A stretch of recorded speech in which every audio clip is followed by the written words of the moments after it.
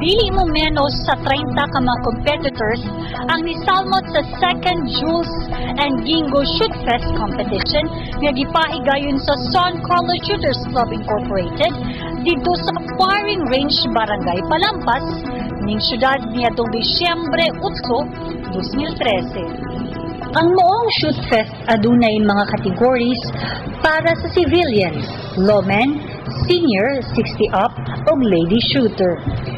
Base sa nakuhang datos sa Dateline News Team, kabahin sa mga mananaog sa gihimong second Jules and Gingo Shoot Fest competition, gikan kang City Tourism Officer PG Maisog, SCSCI member ang mga mananaog mao kini.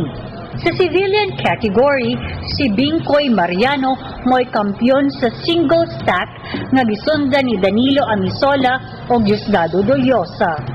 Sa high cup, si Victorino Romanillos mo'y nag-champion, gisundan ni Warren Baroa o Rolando Arcenas. Para sa production, si Bingkoy Mariano mo'y nag-una nga gisundan sab ni Hans de la Victoria o Renato Gustilo. Sa senior category single stack, ang mga mananaog mo sila si Rolando Andutan, kampyon, Crestuta Henofre o Roberto Mercado ang mga runners-up. Si Ramon Dayon, kampyon, o Boy Librudong may runner-up sa high cup category. Sa senior production, si Junicio Go may kampyon samtang si Eric John Villanueva, junior champion. Ang bugto nga babae kinsa niya fil sa mga kompetisyon mao si Cecile Baroa, kampyon. Sa pikas kabahin, ang team champion maong Nabingkalan Gun Club gisundan sa San Carlos Shooters Club Incorporated ug ang San Carlos Amateur Shooters Club. Sila si City Mayor Gingo Mayor Jr., Board Member Rene Gustilo ug Coral Ledesma mo'y ning pabuto sa ceremonial shot dayon gisunod ang unang nisalang sa maong kompetisyon.